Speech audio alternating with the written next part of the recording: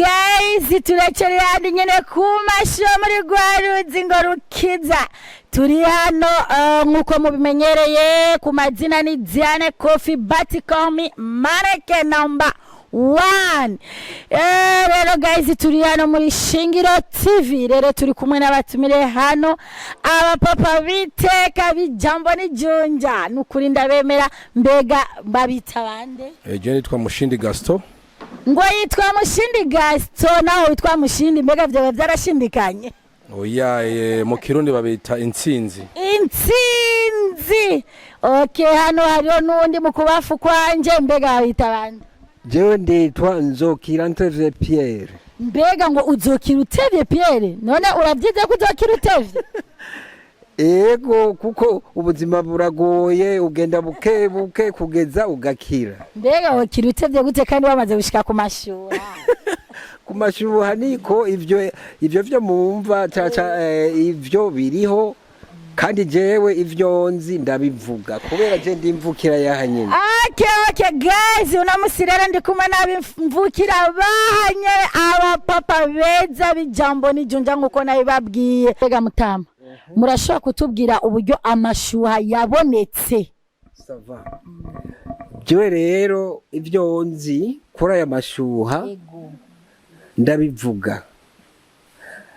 Aya mashuha ukuntu yabonetse n'umumissioneri w'umuswidisi.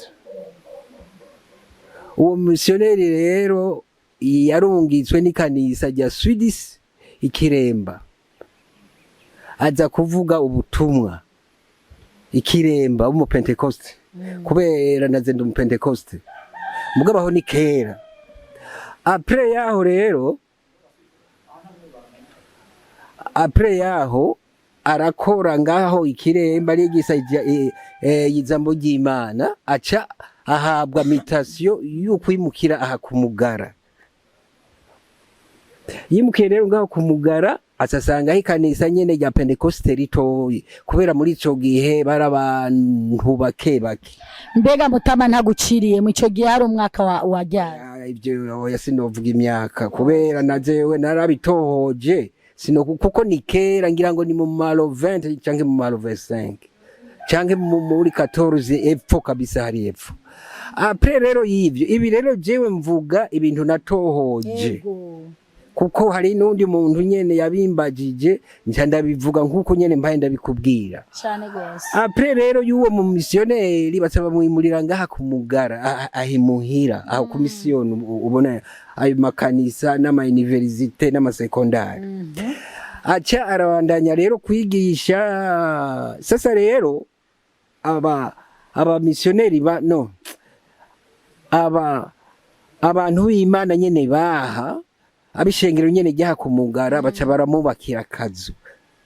Ababubakira rero nyakazu karakazu kamangarara baca basira kwihema hejuru, acaguma yibera ngaho. Sasa rero ku mugoroba akamabona umoci ufuka ngaha mu mashuha kubera ngaha ubona uku hari hipoli litaraboneka.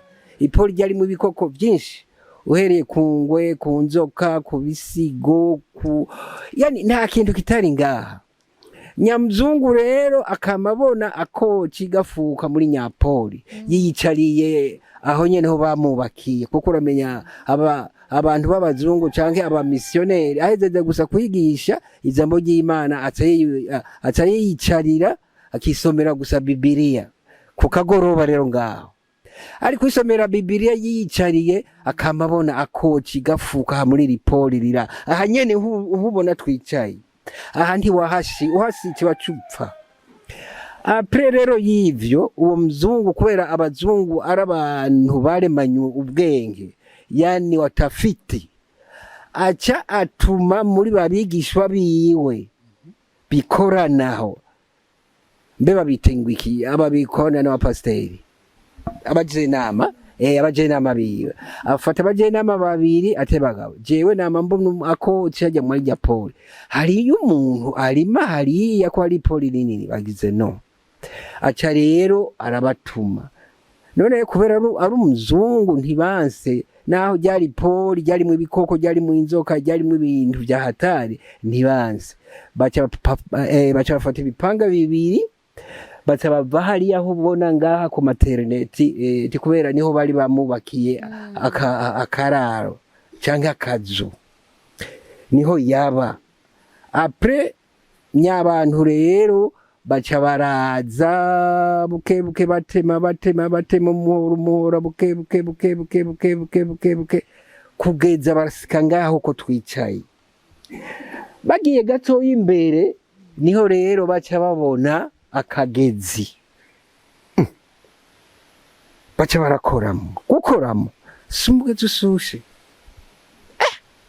kumbe kakoci n'umugezi kubera aya mashuha ku mugoroba cyangwa imvura ikeye yazana umochi yani mvuke kwa Kiswahili wanaita mvuke.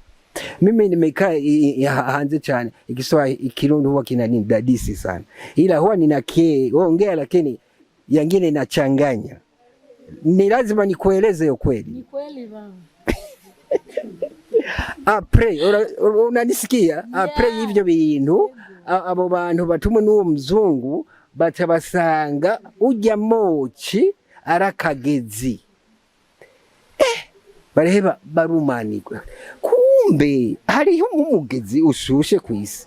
Nibwo bwa mbere babona umugezi ushushe kandi nibo iyo nkuru ntiyari bwavugwe n'ukuvugwa ko hariho umugezi ushushe.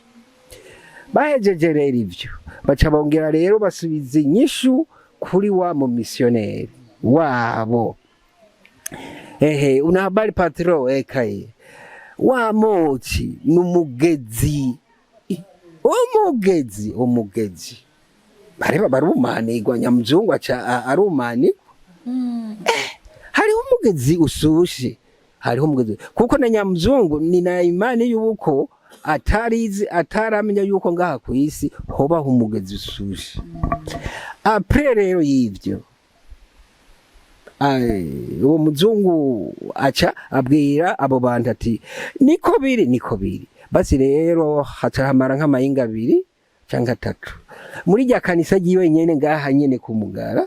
Aca atora nk'abashinga ntahe muri bajya bashinga ntahe nyene biyiwe nk'abane cyangwa 5. Aca babwira ngo ni mugende kuri uwo mugezi, yani kuri ako kagezi mugatemerere. Nabo ntibashobora kwanga kubera batumwe n'umumissionnaire wabo, pasiteri wabo. Baca rero barazanya abantu baziye bazanana n'ibipanga baca baratemerera yani yajya amazi rero yaratangura kwiruka. Urabizi amazi ugiye urakurakuramwe ibiti ukayaha akantu kakayira yaca yiruka. Basi bazeze rero gutemerera kabisa kopo amazi rero yaratangura rero kugenda kwiruka. Bigiye uko rero umwe muri abo bantu nyene batemereye hakabona yakaca yatangura kwiruka acagira itama. Undifate vizuri, akabona tama kubera mu gihe uri gutema mu mazi no kuvuga ko hari ibintu bikunangira yani bivu n'ivyatsi. Akabona tama yukwikura icuya canke bijya bivu vyamunangiye mu maso. Atabwira abo bari ku matebaga jewe ngoma niyuhagira. We yuhagira ngo jindu ndoga. Arambura impuzu atahajya aroga nk'mu minota 15 finish atarapfa. Kora ko wa muntu hamna mesha tembea. Ebana urabona mwe amazi ukoga amazi bamwe basigaye niho rero baca basubira kuri nyamzungu wa mu missionnaire. Una habari patro, umwe muri twebwe apfuye gute? Turatemerera neza acagira itama yukwiyuhagira. Twaziye tumubona gusa ari kureremba. Nubu ikiziga tugisize hajya. Uwo muzungu atababwira ati yo pas de problème, genda cikorere mukizane tugisengere. Basi rero baca barongera baragaruka barafata rya kiziga baratwara bakamwikanisa nyene hanyene kumugaraho hejuru, baca baramusengera, baheze kumusengera baca baramuhamba. Bamuhamvye rero bica bibuko inyuma yaho gatoyi umuzungu nyuma harenze nk'amahinga 2 canke 3 nyene aca agira apanga itegeko. Uno musi tugasohoka tuca tugenda gusengera yajya amashuha kubera bahatemye bahaboneseje. Basohoce ku mugoroba nyene nkajya kuyinga abantu basohoka baza n'amabibiriya n'ibitabo vy'indirimbo agano jipya zile basi ndo wakaje hapa baca baraza ngaha. Baca rero ngaha baca barazunguruka nyamazi uriko nkurikirana barayazunguruka nkakujya ko abari gusengera abagwayi canke abibisigo. Baca barasenga n'uwo muzungu garimo indirimbo n'indirimbo ibisabiso n'ibisabisi indirimbo n'indirimbo. Abizi aba Pentecoste mu gusenga ngirango nabambe n'abasamwesi barasenga ngirango basenze nk'amasaha 2 aho bari gusengera nyamugezi. Baruhuce gatoyi bakaca baririmba, baruhuce gatoyi bakaca baririmba, bakaca basira ko ibisabiso, bakaruhuka gatoyi bakaririmba, bakaca basira ko nyabisabiso bakaririmba. Après nk'isaha baca basubira rero ku rusengero. Intwaro yariho muri ico gihe baca basinga itegeko umuntu wese azovyara arotware umwana kumogesha mu mashuha. Kuva ico gihe abantu baca batangura kuja koga sans problème, nta n'umuntu yongeye gupfa wera nta kindi kintu cyakoretse. Abasohoce kwikanisa baca baza kogaha.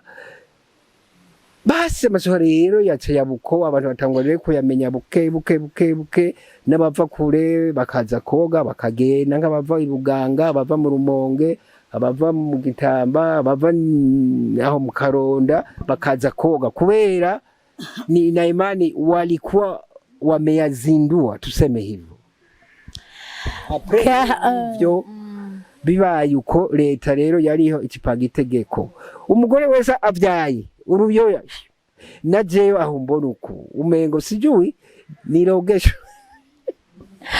Guys murumva ko mutama wacu hano ariko atubwira mu ncamake uburyo hano hantu haje, uburyo hameze, uburyo hatanguye. Reka nuri hano mutama wacu hano ari mu buryo bwanje nawe tumwumvirize mu minota mike cyane ko turabona ko ikirere kiriko kigenda kihinduka ukuntu. Mbega mutama iryo zina kugira abagite ngo amashuha iryo zina ryaje gute?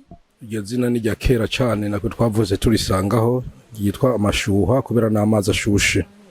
Ego nje gituma. None mbega amashuha yavuye kora ko ashushe? Ego n'amazi ashushe. None nawe uhazi gute mu ncamake mu minota mike? Okay, mjewe ngaha ndahazi gose kuko ngaha ubwa mbere na mbere ngaha hari mu ishamba. Rero habaye mu ishamba abantu baraza koga bakoresheje ubuyira. Nta barabara ryariho mugabo leta ikifata umugambi kugira ngo ihakore ngaha. Hanyuma rero leta niyo yaje kuhamenaje ngaha. Izi nyubako zose ni za commune kuko ngaha nta nyubako nimwe yariho. Abantu baroga hari n'ibitandara by'amabuye ngaha, byo byose byari hajya barabimenaguye. Ubu niho cyo gituma ubonaho amapisine no mugambi wa leta. Hanyuma rero n'ubu gushika n'ubu urabona n'umugambi wa leta urabandanya. Urabona ngaha baje koga ngaha bariha tagisi ya commune na leta ifise umugambi wo kubandanya hamenaje ngaha bahembe kuzokora yani mapisine ngaha kugira ngo ingenzi zihahurumbire cyane. Rero urumva cyo gituma abantu baguma bumva canke babona ku mateleviziyo ukuntu hameze cyo gituma hameze uku n'umugambi wa leta. Mbega ko twumva hano ku mashuha ngo mukuza abantu barariha, mbega kuriya ni kuva kera abantu binjiye barariha canke vyaje kubera leta yahashize inyubako kare abantu kubera hari shamba abantu baroga nta kintu na kimwe wariha boga ku buntu mugabo leta imaze kubashira mu minwe ikahamenaja ikahakora neza nico gituma abantu bariha amafaranga muri leta. Mbega bariha ngahe? Bo ku misi isanzwe nibiguhera kuwa mu munsi wa mbere kugera ku munsi wa gatanu ni 200, kuva ku wa gatandatu no kugera ku munsi wa Mungu ni 300 byinjira muri leta. Niyo mafaranga leta yashize agaciro. None nashaka ndakubaze kuba bariko bavuga yuko ano mazi ari umuti, mbega nawe urabihamya nyene n'umuti? Neza cyane jewe ibintu ndabishingire ntahe kuko jewe ndi mu bantu bamwe na bamwe bakora ngaha anye maze igihe naratanguranye na ngaha anye. Rero ngaha abantu benshi ngaha baramaze kuhakirira gose, turafise n'abantu ngaha twanditse no mu gitabo hajya bamaze gukizwa n'izo ngwara nyene. Hanyuma muramubona n'ujya mugwayi ujya n'umuntu jewe nahora nterura mu minwe nkamushira mu mazi bamuzanye adatambura mugabo ubu arava ngaha agashika hariya aragenda kilometero nije nahora ndamushira mu mazi. Okay guys, mwavyumvise rero turi kumwe n'abatama nk'aba batama bijambo n'ijunja nkuko nabivuze. Guys, duhejeje kino kiganiro cyacu hano turi kumwe n'abatama, murako turi kumwe n'umutama yambariye ikoti nka kicece.